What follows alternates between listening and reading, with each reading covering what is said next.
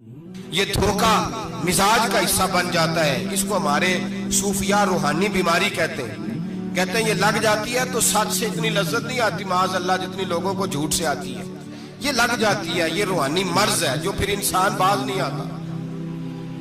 روز دھوکہ دیتی. اور مولا رومی کہتے ہیں کبھی بڑے بڑے دھوکے چھپ جاتے ہیں, اللہ موقع دیتا ہے, اور چھوٹے چھوٹے دھوکوں سے آدمی کے راز نکلنے لگتے ہیں, وہ رسوا ہو جاتا ہے. بڑے بڑے دھوکے دیے, خامن کو پتہ نہ چلا, لیکن رب کریم نے اب اسے سزا دینے کا ارادہ فرمایا. کلو گوشت لایا خامن, کہنے لگا اسے پکاؤ, اچھی طرح پکانا, بھون کر پکانا, میرے دوستوں نے آنا ہے. اب جب عورت نے گوشت بھونا, کھانے پینے کی بڑی شوقین تھی, دل دادا تھی, خوشبو نے ستایا تو کلو کا کلو گوشت کھا گئی. گھر کے اندر چھوٹا سا بلی کا بچہ رہتا تھا, چھوٹا سا, اور اس آدمی وہ 2-4 دن پہلے لایا تھا, اس کو دودھ پلاتا, پیار کرتا. خاوند آیا, مہمان آگے, گوشت لاؤ. اب بڑی افسردہ ہو کے بیٹھی ہے, بال بکھرے ہوئے, آنکھوں میں آنسو ہیں, حالات بڑے بگڑے ہوئے. کیا ہوا؟ کہنے لگی میں نہیں چاہتی تھی آپ دوستوں کے سامنے رسوا ہوں, پر مجبوری بن گئی. گوشت بھون کے رکھا تھا, بلی کا بچہ سارا ہی کھا گیا. آپ کو سمجھایا تھا نہ لائے گا.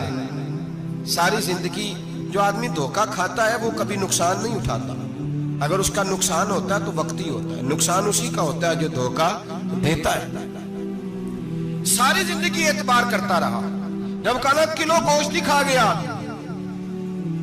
اب اللہ نے راز اس کا ظاہر کرنا تھا, اب وقت آ گیا دھوکے پکڑے جانے کا. خاوند کہنے لگا میری عقل نہیں مانتی, اتنا سا بچہ کلو گوشت کھا جائے. اس نے کہا ترازو لاؤ. ترازو کے اوپر جب رکھا تو بچے کا اپنا وزن آدھے کلو سے کم نکلا. اس بلی کے بچے کا اس نے تلوار نکالی, اور جب گردن پہ رکھی کہنے لگا قتل کر دوں گا, سچ بتا. لگی بس میں کھا گئی. وہ والا بھی معاملہ بتا جو میری اماں پہ الزام لگا.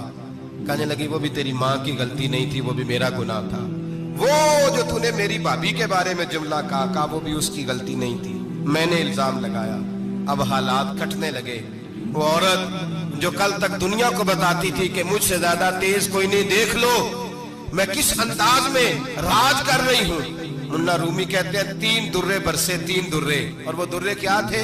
طلاق اور طلاق. یہ 3 درے برسے, نہ گھر والی رہی, نہ شوہر والی رہی, نہ راج والی رہی. باہر نکلی, درویش کے پاس گئی, کہنے لگی حضور یہ سزا کیوں ملی؟ آپ فرمانے لگے جو دھوکہ دینے والا ہوتا ہے وہ زندگی میں رسوا ہوتا ہے, وہ آخرت میں عذاب کا شکار ہوتا ہے, اس کی زندگی اس کے لیے بوجھ بنتی ہے. بہت زیادہ مال سرانے رکھ کے سوتا ہے پر سکون اسے نصیب نہیں ہوتا. نیند اس کے حصے میں, دھوکہ نہ دے, فریب نہ کرے. ہمارے ہاں تو سرکاری ملازموں کا یہ حال ہے کہ 9 دفعہ نانی فوت ہوتی ہے, 11 دفعہ دادے کا جنازہ ہوتا ہے, اور کئی 100 دفعہ حالات بگڑتے ہیں. چھوٹی چھوٹی باتوں پہ لوگ دھوکہ دیتے ہیں, چھوٹی چھوٹی باتیں. یہاں تک حالات ہیں, ہماری عدالتوں کا اللہ حافظ ہے, اب وہاں کیس جاتے ہیں خلا کا کیس گیا, خاوند کے خلاف بی بی نے مقدمہ کر دیا. اب عورتیں اللہ ماشاءاللہ دھوکہ دیتی ہیں, ایڈریس غلط بتاتی ہیں. خاوند کو نوٹس گیا, اب اس کو ملے گا تو وہ عدالت میں آئے گا. میں آپ کو جینون کیس ایسے دکھا سکتا ہوں, میرے پاس لوگ مسئلہ پوچھنے آتے ہیں. غلط ایڈریس دیا, 3 پیشیوں پہ خاوند نہیں گیا تو عدالت نے طلاق کی ڈگری جاری کر دی. کسی فقہ کے کسی مفتی کے نزدیک طلاق نہیں ہوتی, لیکن عورتیں دوسرا نکاح کر کے پھر رہی ہیں. کسی سنے غور کرے, اس میں اختلاف بھی نہیں ہے, مسالک کا نکاح نہیں, لیکن طلاق. اب ہم نے دھوکہ دیا, بھائی دیکھیں میرے پاس طلاق ہے یونین کونسل کی, یہ میرے پاس طلاق ہے عدالت کی, یہ میرے کیا کر. طلاق نکاح یونین کونسل کے ساتھ ہوتا ہے کہ خاوند کے ساتھ؟ اور بولے تو صحیح یار, کس کے ساتھ ہوتا ہے؟ طلاق یونین کونسل دے گی, خاوند دے گا. عجیب تماشا ہے. عدالت کے ساتھ نکاح ہوا کہ خاوند کے ساتھ؟ عجیب بات ہے بھائی. کسی جاؤ چوتھے آدمی سے کو طلاق دے دے, کیسے طلاق؟ موٹی سی بات ہے. اور لوگ آ کے گھر بسانا ہوتا ہے نا. اور اللہ معاف کرے, اس دھوکے میں کئی دفعہ سرپرست بھی شامل ہوتے ہیں اور دلیلیں دیتے ہیں, کہتے جی نہیں پھر دالتیں غلط ہے, پاکستان کا قانون. میں نے کہا مجھے کیا بتاتے ہو, پاکستان کے قانون عدالت کی میں بات ہی نہیں کرتا, میں تو رسول اللہ کی بات کرتا ہوں. تو نبی پاک کی بات کر رہا ہوں، جب مصطفیٰ کریم کا قانون آ گیا تو بات ختم ہو گئی، وہ کوئی سا بھی قانون ہو۔ دھوکہ اتنا عام ہے، فریب اتنا عام ہے، جھوٹ اتنا عام ہے، دجل اتنا عام ہے، لوگ ہر بات میں دھوکہ، دینداری میں دھوکہ، نکاح اور طلاق میں دھوکہ، ہر جگہ لوگ دھوکے کے ساتھ جینا چاہتے ہیں، فریب اور فراڈ کا لائسنس۔ اگر آپ ناراض نہ ہو جائیں، جس وکیل نے کیس پکڑا ہوتا ہے اسے پتا ہوتا ہے کہ جو آدمی میرے پاس لے کے آیا جھوٹا ہے کہ سچا ہے، پتا ہوتا ہے کہ نہیں؟ چلو ہونے کا مطلب یہ نہیں کہ تسی وکیلاں دے دوالے ہو جائے، لیکن یہ بتائیں اسے خبر ہوتی ہے کہ نہیں تو انہوں کو نہیں پتا اس گل کا، پتا ہوتا ہے نا، تو پھر کیوں اس کا کیس لے کے عدالت میں جاتا ہے؟ پتا ہے نا سارا۔